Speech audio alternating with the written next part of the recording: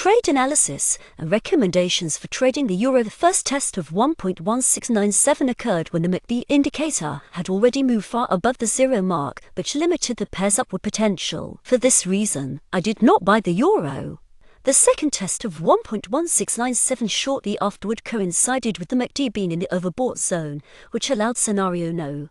2 selling the euro to play out. As a result, the pair fell only about 10 points. After yesterday's rise triggered by the Federal Reserve's interest rate cut, the euro today showed growth in the first half of the day but failed to break above the upper boundary of the weekly range. However, despite this consolidation, overall sentiment in the currency market still favors the euro. Market participants eagerly await the release of key U.S. economic data that may influence further price dynamics. Weekly U.S. data on initial jobless claims, the trade balance, and wholesale inventories will be crucial. A detailed analysis of jobless claims will provide insight into the state of the U.S. labor market. An increase in claims may indicate slower hiring and a likely rise in unemployment, which in turn may negatively affect the dollar.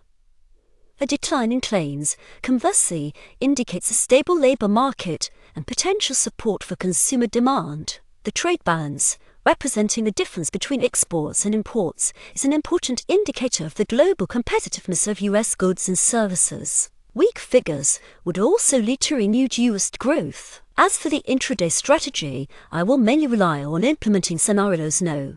1 and No. 2. I signal scenario No. 1. Today, buying the euro is possible when the price reaches around 1.1715 green line on the chart with the goal of rising to 1.1755. At 1.1755, I plan to exit the market and also open a reverse sell trade, expecting a 3,035-point move from the entry point. Strong euro growth can be expected as the bullish market continues. Important! Before buying, make sure that the MACD indicator is above the zero mark and is only beginning to rise from it. Scenario No. 2. I also plan to buy the euro today in case of 2 consecutive tests of 1.1694 when the MACD indicator is in the oversold zone. This will limit the pair's downward potential and trigger a reversal upward. Growth toward the opposite levels of 1.1715 and 1.1755 can be expected. Sell signal scenario No. 1. I plan to sell the euro after reaching 1.1694 red line on the chart. The target will be 1.1655, where I plan to exit the market and instantly buy in the opposite direction, expecting a 2,025-point move from the level. Pressure on the pair will return only if U.S. labor market data is very strong. Important! Before selling, make sure the MACD indicator is below the zero mark and only beginning to fall from it. Scenario No. 2. I also plan to sell the euro today in case of 2 consecutive tests of 1.1715 when the MACD indicator is in the overbought zone. This will limit the pair's upward potential and trigger a reversal downward. A decline toward 1.1694 and 1.1655 can be expected.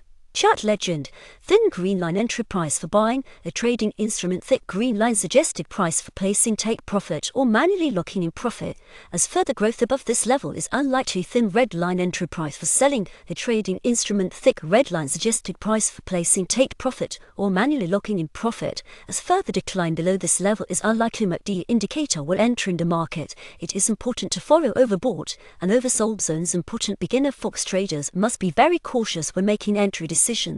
Before the release of major fundamental reports, it is best to stay out of the market to avoid sudden price spikes. If you choose to trade during news releases, always place stop orders to minimize losses. Without stop orders, you can lose your entire deposit very quickly, especially if you ignore money management and trade large volumes. And remember, to trade successfully, you must have a clear trading plan, like the one presented above. Spontaneous trading decisions based solely on the current market situation are, from the outset, a losing strategy for an intraday trader. The material has been provided by robotfx.org.